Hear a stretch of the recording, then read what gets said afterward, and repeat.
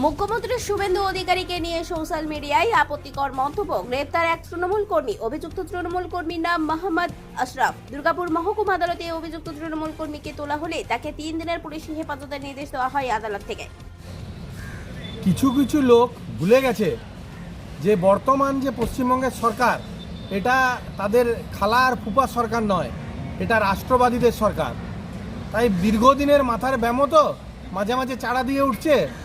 আর বাকি রইল শুভেন্দুদাকে যে বিরূপ মন্তব্য এবং যে জঘন্য মন্তব্য এই ব্যক্তি করেছে, তার জন্য এই ব্যক্তিকে কিছু থেরাপি দিতে হবে এবং সেই থেরাপি পুলিশ প্রশাসন দিচ্ছে।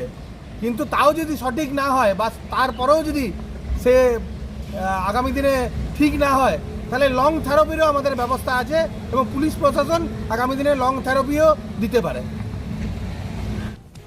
বেনাচিটির মসজিদ মহল্লার বাসিন্দা অভিযুক্ত তৃণমূল কর্মী। স্থানীয় বিজেপি কর্মীদের বিষয়টি নজরে আসার পর দুর্গাপুর থানায় লিখিত অভিযোগ দায়ের হয়।